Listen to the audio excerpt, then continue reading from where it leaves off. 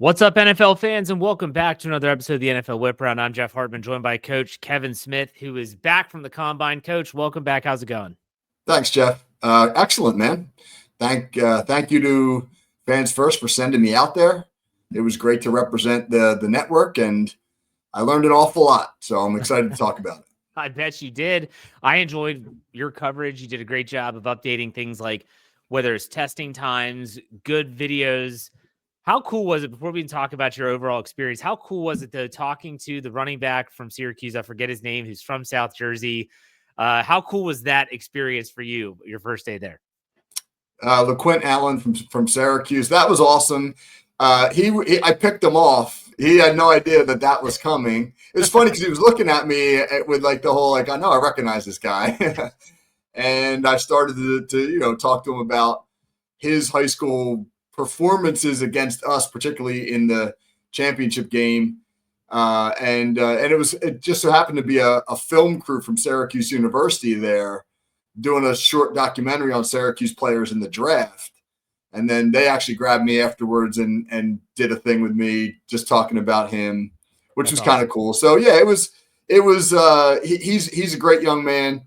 I think he's going to make a good NFL football player, but the interviews as a whole were fascinating because you got to see these guys on a personal level. I think, honestly, that was my favorite part, being in the media room and getting to talk to these guys.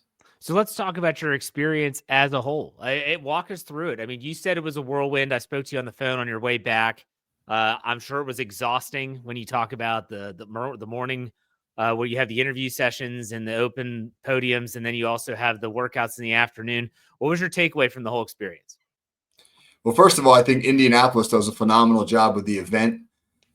The Saturday workout, where it was quarterbacks, wide receivers, and running backs, they had an announced attendance of almost 20,000 people there. I mean, 20,000 people to watch dudes like run 40s and do routes on air. I mean, it was incredible. And they had so much going on for it. All these fan activities you could do. I mean, they had stations set up inside the stadium where fans could participate in all the drills, not all of them, but like many of the drills that the players were doing. You could run a 40, you could do your vertical jump, you could do the bench press. And I mean, it was so fan friendly that was the thing that jumped out at first, was like, wow, they've really mastered this event. It's incredibly organized. It's really well run. The league does a good job of giving you access to the players without it being a free-for-all. I actually thought it was going to be more like chaotic. Just, anybody with a media credential shouting out questions. But no, it's very organized. But at the same time, they let these guys talk. You get to ask them. I mean, my first impression was like, this is going to be a nightmare. Here comes Luther Burden, the very first guy coming to the podium. First guy at 8 o'clock in the morning. The first question out of somebody's mouth is, you're slipping in all the mock drafts. Like, why do you think you're slipping in the mock drafts? And like this reporter turns around to me and says, mock drafts, really? Like, you got to be kidding me. And Luther Burden, to his credit, now he's a guy who's projected in the first round. And yes, some people in the mock drafts have him now sliding. And he said, hey, I don't worry about that stuff. And to any of the doubters, I'm going to prove them wrong. And good for him. Good for him for answering like that. And I thought, oh, here we go. It's going to be a bunch of morons asking stupid questions like this. It was not. People asked great questions. I thought that the responses, these guys are really well, I don't want to call it rehearsed. Let's say prepared. They're really prepared for what's coming. And they did a great job of answering questions without saying too much, I think. Who was your favorite interview outside of, obviously, your connection to South Jersey? Yeah. Emeka Egbuka, the wide receiver from Ohio State, was phenomenal. He sounded like a coach talking. I mean, you would talk about a guy who could talk coherently about scheme, about craft, about the process that he's going through. He just sounded like a guy who is ready for the NFL. So he was a pleasure to listen to. Some of the linemen were great. The linemen, they come out. They're huge. Half of them have these ridiculous mullets. They're rocking like mustaches from 1986. They're funny. They've got. I thought the linemen, maybe it's because they don't get as much attention, and so you don't get used to their personalities as much, and they're certainly not as polished. Right. But they were very genuine. I talked to a guy named Carson Vinson, offensive tackle from Alabama A&M, the only HBCU player at the combine. I could talk to him for 20 minutes, man. He was just so open and gregarious and honest about the process. He talked about like that he went all out at the Senior Bowl and he actually pissed some people off. But he was like, "Look, man, I'm an HBCU guy. I'm a small school guy who's projected to go in the late rounds. Like, I got to open eyes. This is my dream, man. I'm not here to piss anybody off, but I'm not here to make friends either. I'm here to get drafted." He talked about being a chess player and how much playing chess has helped him as an NFL player. So he was really interesting. He was the only HBCU representative at the NFL Scouting Combine. Only one. That's incredible to me. I mean, Yeah. doesn't that seem like an injustice a little bit? It does, given the amount of talent that's come out of That's what I'm HBCU saying. schools. Yes. So overall, to wrap this first topic up, you said your experience was a positive. You're excited for next year? Yeah, absolutely.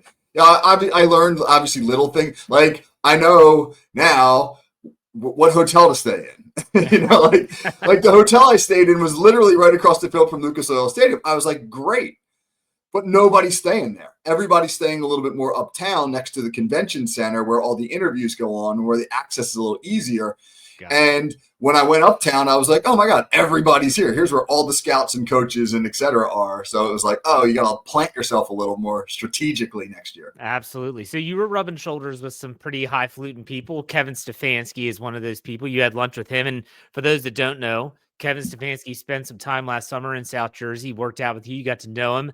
Yep. Outside of Coach Stefanski, did you see anyone else, talk to anyone else that is someone that people would know in the NFL circles? I talked to a lot of assistant coaches, not a lot of names that people would know, guys that are sort of climbing the ladders in the league. I had the opportunity, to really pick their brains about what are they looking for. And that was a really interesting thing because, you hear one thing from all these beat reporters. I talked to a bunch of beat reporters, talked to a couple of scouts, scout from the Carolina Panthers, but when you start talking to like the coaches, their process is very different. And that was very interesting to be able to sort of look at what their focus is. Like, for example, the 40 is important. Everybody likes the 40-yard dash. But none of the coaches were talking about 40s. None of them were like, I mean, Matthew Golden ran 4.29. And yeah, you talk about that because any 4.2, whatever is phenomenal. But what were they talking about more? They were talking about the interviews. The interviews meant much more to them than the field workout did because it was a rare opportunity for them to get to know these guys and get to hear these guys talk about their process. A really interesting point that Coach Stefanski made was that in this era of the transfer portal, where you can kind of move whenever you want to move, coaches are really interested in trying to understand how you've handled adversity, because obviously you're going to face adversity in the NFL. And one of the things about the transfer portal that's a bit of a turnoff is that, again, while it's just the new normal, a lot of kids are leaving the moment they experience some adversity. The moment they have to deal with some discomfort, they're like, I'm out of here and I'm going somewhere else. And so a big question or a big thing that they want answered is, tell me about some adversity you've faced in your life and how you've handled it. So it's that kind of stuff that gives them sort of personal insights into players that weighs as much, if not more, than what they're doing in shorts on the turf. That's fascinating. And, when it comes to the combine, like, people don't think about it this way. I saw an interview with, this was for Steelers.com, Sheldon White, who's the pro director of scouting. And so he's the one that in free agency, that's his big thing. He's at the combine. And I saw an interview with him. I was like, why is he at the combine? He said, look, these guys are going to be free agents at one point, and I want to get to know them. And so he's there with his whole team and they're listening to these players in formal meetings. And because he knows that even though they might not get drafted by the Steelers, in 4 years, they might be picking up or trying to get these players as free agents. It's just fascinating how forward thinking some of the process is for the NFL teams and all 32 organizations. But you're around these people, around these scouts, the beat writers, obviously Coach Stefanski. I'm sure you hear some stuff, rumors, buzz, reports, whatever you want to call it. Got any nuggets for us, Coach, from Indianapolis? Well, I'll say this, man. Everybody's talking about the quarterbacks because there's a lot of teams that need quarterbacks right now. Mm-hmm. And of course, teams drafting at the top, like Tennessee, the Giants, Cleveland, are all looking for quarterbacks. Anybody who tells you that they know exactly what's going to happen with the quarterback market is lying. Because nobody knows. Even the coaches I talked to, they all said the same thing. They all said, hey, look, we've got a wish list. And we got some targets of guys that we're looking at and that we like. But nobody knows because the evaluation process is still going on. The feeling out process is still going on. And it really won't be until next week when we get right up against free agency where the dominoes start to fall, where anything will play out. The Matthew Stafford thing, everybody thought that was the buzz. When I got into town, everybody was talking about Matthew Stafford because nothing had happened with him yet. So it was still like, oh, man, Stafford's going to the Giants. Yeah, I heard that from like 10 different people. Stafford's going to the Giants. Stafford's going to the Steelers. No, Stafford hates Pittsburgh. Stafford thinks the Steelers roster stinks. Like all this stuff, right? And then, boom, the news drops that he's back in L.A. And I talked to one assistant coach who said, look, Stafford was never leaving L.A. Here's what happened. Stafford thought he got lowballed by the Rams. That the Rams basically were like, hey, look, man, take a team-friendly deal and help us out. And Stafford was like, wait a minute. Kirk Cousins just got $46 million to go to Atlanta, and he didn't play particularly well. And I almost beat the Eagles in the playoffs. So your offer right now is a little insulting. And he went to the Rams and said, I want to look around. I want to know what my market value is. And the Rams said, go ahead. And he did. And he went through that process and he came back to them and said, like, hey, look, here's what people are saying my value is. And then LA negotiated and they signed a deal. But Stafford never wanted to leave LA. The only place he was serious about was Vegas because his wife loves the weather and he loves the lifestyle. And him not wanting to go to Pittsburgh had nothing to do with the Steelers roster. They literally didn't want to live in Pittsburgh. So it was like he was going to stay in LA or he was maybe going to go to Vegas, but he was never leaving that lifestyle. So, again, man, you don't know this stuff because until you actually get in and talk to people who do know. Right. It's fascinating. And I know that you put out on your Twitter feed that you're hearing some buzz, Myles Garrett potentially going to Philly. I mean, if they pull that trade off, like that's remarkable. But is that coming from reliable sources? Well, I talked to a Philadelphia beat writer who is like on the ground in Philadelphia and who has access, a guy whose name I've been reading his stuff for years and years. So he's a guy that I feel knows what's really happening. And his sentiment was that Howie Roseman is willing to move significant assets, either by cutting guys to create cap space or in a player swap to get Myles Garrett. Now, the sentiment from the Cleveland side is he ain't going anywhere. Like, we're going to sign him unless he is so irrational in his demands that it makes it impossible. So Cleveland obviously wants to hold on to Myles Garrett as best they can. Philly sees Myles Garrett as the path to another Super Bowl championship. Right. And so it feels like it's one or the other right now. Man, I'm jealous of you because that's like that's my wheelhouse, the rumor mill. I would just stand there and just talk to people. Like there's players up there. I don't care. I want to hear the scuttlebutt going around the NFL. But let's talk about the players at the NFL Scouting Combine. In your opinion, who are some of the players that you think, due to their workouts, maybe even their interviews, elevated their stock prior to the 2025 draft? Well, Egbuka did not work out, and he'll work out his pro day. But I don't know how you could talk to him and not come away really impressed. Yeah. So if you were thinking like, hey, maybe he's a late first round pick, Or I don't know. I don't know where he fits with all the receivers. To me, he elevated himself. Guys who did work out on the field, everybody wants to know about the quarterbacks. I was most impressed with the kid from Missouri, Brady Cook from Missouri.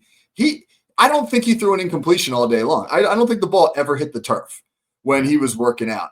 And he's a guy who's projected to be a late round pick. And you look at his production in college, and you're like, dude, this guy had over 9,000 passing yards. He started 4 bowl games. Like, he doesn't have the great measurables. He doesn't have the biggest arm. He's 6'2". He's not 6'4". But he looked awesome. There's a lot of talk about Jackson Dart, kind of polarizing, right? A lot of people thought he had the best workout of anybody at the combine. You know, at a first glance, I didn't think his workout was spectacular because he missed on some throws, et cetera. But then you start to listen to people talk about, hey, like, look, man, you're throwing to guys you've never thrown to before. And so you can't necessarily go by like how many balls they completed. You got to look at what was their footwork like, what their arm strength, right. Were they on time with everything? So that's the thing that people really liked about Jackson Dart, is that those things were he checked those boxes. The running back from UNC, Omarion Hampton, he blew me away. I was like, oh my God, this guy's a dude. This guy's a franchise running back. He's a 1,000-yard back. At 222 pounds, running 4.4 with violence. That's the only way I can really describe it. Like, you know, like everything he did looked violent, you know? Yeah. And I just thought, he really opened my eyes a lot. Do you think Jackson Dart, to go back to him for a second, do you think he could be like the Michael Penix of 2025? Remember Michael Penix, you know, he threw at the combine and he tested well, but people were like, hey, he's got some injury history, but from Washington, played the national championship. He's older. And then all of a sudden he gets taken in the top, 16 picks, and no one was expecting that. Do you see that for Jackson Dart this year? Yeah, the scout from Carolina I was talking to made more of a Bo Nix comparison, but fairly similar. Like, hey, Jackson Dart's like, everybody's kind of got him as a second-round pick. Like if you're one of those teams at the top of the draft who needs a quarterback, but you don't think that Cam Ward or Shedeur Sanders is worth that pick, you get Jackson Dart now with your first pick in the second round at like 34, 35, whatever. But he could be the guy who goes at like 11, you know, or 12, the way that Bo Nix did. It'll all depend on how free agency plays out, and then if there's a quarterback run. Is there going to be a quarterback run? I think the linchpin to all of it is Shedeur Sanders. Well, I think Cam Ward – go ahead. I'm sorry. Yep. No, I was going to say, it leads me to my next topic, which is – any players who didn't live up to the hype. I wanted to ask about Shedeur Sanders because he only talked with the media. I'm sure you were there. I'm sure you heard the question and answer session. What was that like, hearing from Shedeur Sanders in person? It was whatever you think it was like with Shedeur Sanders. It was that, at least, you know. It was a freaking spectacle, man. He had more dudes around him. I was there, but I didn't get close to up front. I didn't have anything to ask him, you know. I just wanted to hear him. But I was 10 deep. There were more guys around his podium than I think even showed up for all the linemen on Saturday morning, you know, like, and he had the diamonds on, he had the hat on sideways, you know, he is polished, man. You know, this guy's grown up around the media. He knows exactly how to handle himself. He opened. He didn't even take questions to open. Everybody comes up, hey guys, how are you? And then people start asking questions. He walked to the podium and he just grabbed the podium by both sides and he said, I turned around 2 college programs, and whoever drafts me in the NFL, I'm going to turn around their program too. And it was like, oh, boom, he threw it down right then and there. You know? So I talked to people who had very mixed opinions. Some people very impressed by him. You know, he's confident. You want that. You want a dude who's going to get into an NFL huddle and command it. I saw other people that said, look, man, it's a bunch of bluster. His film doesn't match the bravado that he brings.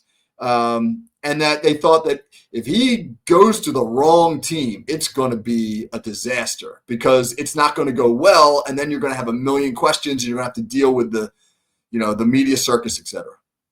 So I interrupted you when you were talking about Cam Ward. He also did not test, but he was there. What was the comparison between Shedeur Sanders and him? I mean, Cam Ward is as understated as could be. You couldn't get 2 more different personalities. Right.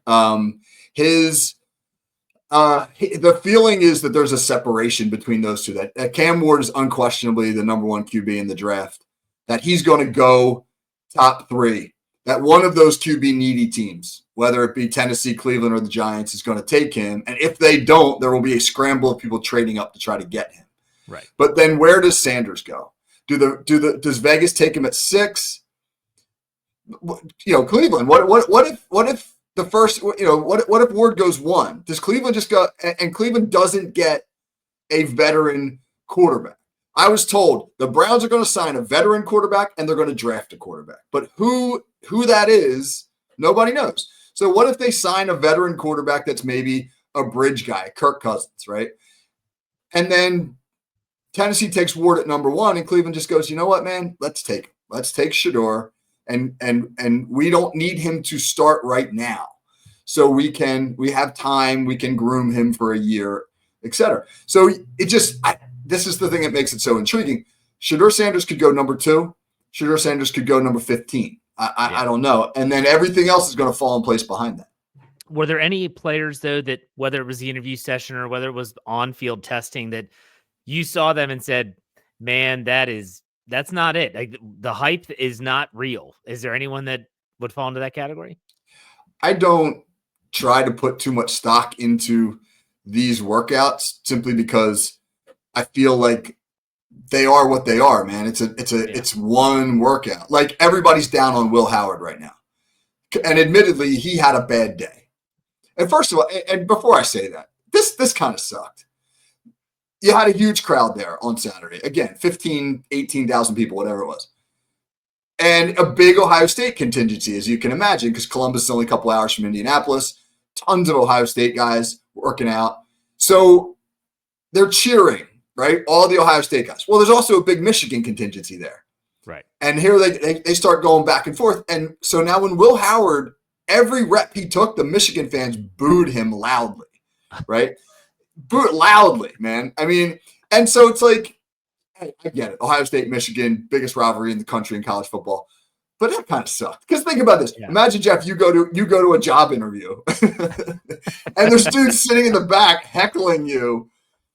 And you should say, well, shoot, man, if Will Howard can't handle that, then he's not going to handle the NFL.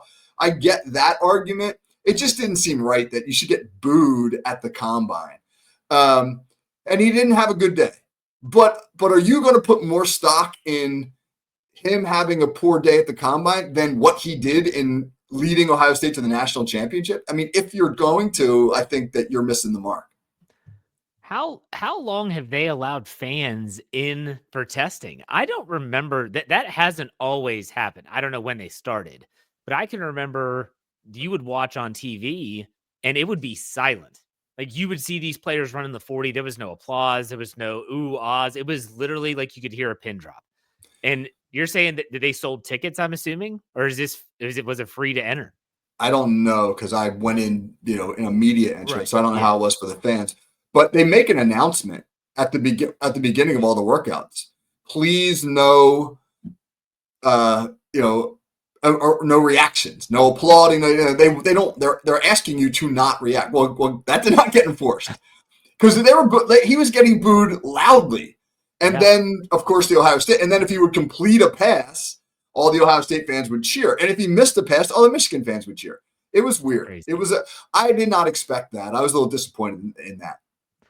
Yeah, because I agree with what you said. If that got to Will Howard, which I honestly don't think it did. Like, I don't think a player like Will Howard, who's played in a national championship game, is affected by a couple fans booing. Like, this isn't Happy Gilmore where you will not make this putt, you jackass. It's not that. Right. So it'll be interesting. But, when you think about Will Howard, if I'm a coach, I'm like, okay, is this dude really rattled by this?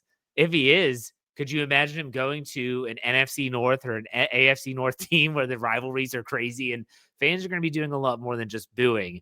We'll see. But all right, well, we want to talk a little bit about some player movement, which happened. We already mentioned Matthew Stafford staying in LA, but Deebo Samuel's on the move. He was traded from the 49ers to the Washington Commanders for a 5th-round pick, and everyone's like, just a 5th-round pick? Well, no, they're picking up his contract, which is a hefty deal. What was your thought on the Deebo Samuel trade? So the sentiment from a lot of the people I talk to is that veteran wide receivers, that market is really diminished, largely because of past performance. That when people were thinking about acquiring Deebo Samuel, they were looking at like what's happened with Devontae Adams, what happened with Tyreek Hill when he left Kansas City. If you want to go back a little bit further, what happened with Antonio Brown when he left Pittsburgh. I mean, there just is not a good track record of veteran receivers moving on. Amari Cooper from Dallas to Cleveland to Buffalo, his production has declined every move that he's made. And that those comps, so to speak, hurt Deebo Samuel's overall value. And Deebo Samuel's almost 30 years old. He's a physical guy whose body's been through a lot of wear and tear. And people were not surprised at the compensation. That even though a fifth-round pick felt low, like, oh my God, you couldn't get more than a fifth for Deebo Samuel, that it really was about the money. Right. Because the compensation was never going to be great to begin with, based on what we've seen from the veteran wide receiver market in recent years. That's the thing. Everyone was shocked at, oh my gosh, the Steelers could have offered a fifth round. Yeah, but they don't also want to pay him a guaranteed $20+ million next year. It goes even higher. So Washington's going to have to try and renegotiate a contract, redo a deal, in which case that money that he's going to want is just going to be pushed down the road. You mentioned it. He's 30 years old. The dude has been banged up the last 2 or 3 seasons. He's always missed games. And I thought it was even more comical now. You hear John Lynch standing in front of media saying, yeah, like, we need to get younger at the position. And now reports are that Brandon Ayuk is on the trade block. Who is going to want Brandon Ayuk now? The dude's coming off an ACL and MCL tear last season. He just got paid a ridiculous contract. Who's going to trade for that? Like, what are NFL teams thinking, Coach? I don't know if you heard anything about Brandon Ayuk, but hey, the 49ers made their bed, and now if they have to sign Brock Purdy, it's like they have to lay in it. Yeah, the sentiment there on that one is that Juwan Jennings was so much better than they expected him to be. Yep. And Ricky Pearsall was very good as well. And that they've got their 2 wide receivers. And you still have a healthy George Kittle, and you're going to get Christian McCaffrey back. And that they feel like, hey, look, we don't necessarily need Brandon Ayuk at this price point, so to speak. Right. So obviously they have some buyer's remorse about the contract. And if they could get people to take some of that off their hands, which I don't know if they'll find, they would like that. And it's damaged goods. Again, he's not going to be healthy to start 2025. He's going to have to be working his way back from that major knee injury. So other than that, players are going to start to be moved. I'm sure that you might see a couple players get signed this week prior to next week's legal tampering period, which starts on Monday, the 10th, the new league year officially starting on the 12th. I always say this, just keep in mind, folks, when the 10th rolls around and you hear all these deals are getting thrown out there, they have to be made official on the 12th. There's been a lot of history, a lot of different teams where you think a deal is in place, and for some reason, the rug gets pulled out from underneath it, and next thing you know, you don't have a deal. I know that the Steeler fans always bring up Tyson Alualu, who was slated to go to Jacksonville, couldn't travel because he got sick, changes his mind, and stays in Pittsburgh. So like, some stuff does happen, but are you expecting a wild week next week? Yes. Well, yeah, well, just because of the quarterback market. I mean, that's the marquee position, and there's so many teams that need one, and there's so much intrigue about who might go where. I mean, I'll tell you what, one of the hot names at the combine is Justin Fields. A lot of intrigue about what's going on with Justin Fields. Where's he going to land? What's happening with the Steelers as far as that goes? The one tidbit that I really took away was that Pittsburgh really likes him. Everybody but Mike Tomlin, it seems, who seems to be in Russell Wilson's camp still. But that the sentiment is that the Steelers want to offer Justin Fields a contract, but that he's interested in playing for the Jets, and that his college teammate Garrett Wilson is there. They've got a good connection, and Wilson's recruiting him to New York. That New York, basically, because they are the Jets, might be willing to throw stupid money at him.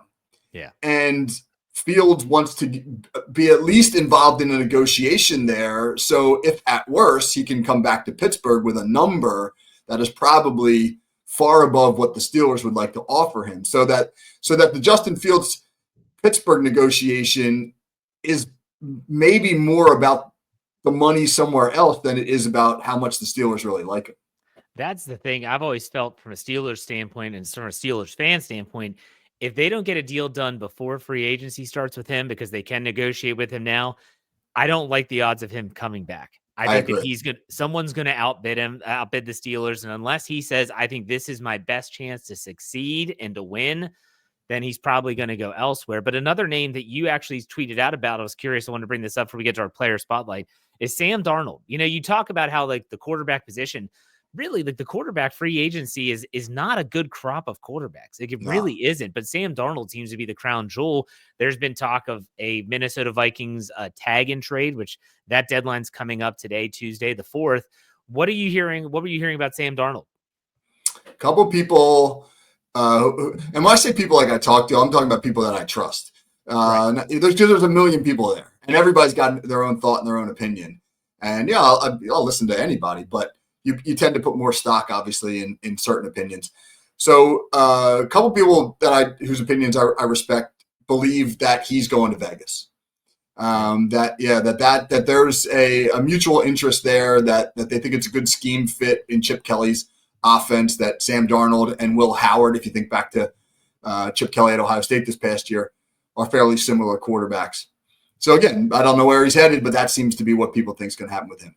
We'll see. And let's talk about our player spotlight before we call it a show. I don't know.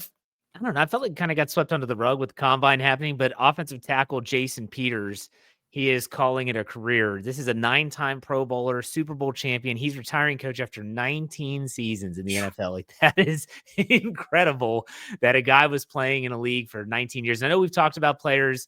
Who was it? Mercedes Lewis, but didn't he get 20? I think. Yeah. Any thoughts on Jason Peters? That's a giant of a man. Oh man, he's a legend in this part of the country. Philly fans Absolutely. love Jason Peters, man. He was nasty in his prime. You know, he was a physical mauler. Had his best games against the Cowboys. That's why Eagles fans love him. He used to love to play against Dallas. Yeah, ended up playing for Dallas at one point. He bounced around for a little while there. I mean, he made it into his 40s in the NFL as an offensive lineman. My goodness, I don't know when we're going to see that again. Surefire Hall of Famer. So, you're right. Offensive linemen don't get the love. Last week we talked about Zach Martin retiring. I think both these guys are headed for Canton. Yeah, absolutely. It's been, at least unlike Zach Martin last week, at least this guy does have a Super Bowl championship underneath his belt, so kudos to him. But, Coach, any final thoughts from the Combine or anything else you want to plug? I did on my call sheet podcast today. I'm doing a 2-part series on it today, or on Monday I did like the prospects and who were the best on the field and at the podium. Right. And then today on Tuesday I'm doing more of some of the picking up on some of our conversations today. What did I learn about the NFL? Separating fact from fiction is the theme of the show today. So make sure you check that out wherever you get your podcast by searching the Call Sheet Daily podcast with Kevin Smith. Coach, glad you're back. Hope I know you had a good time. We'll be talking next week. Next week, we'll be talking about player rumors and player signings. So that'll be fun. In the meantime, take it easy, folks. We'll see you next week.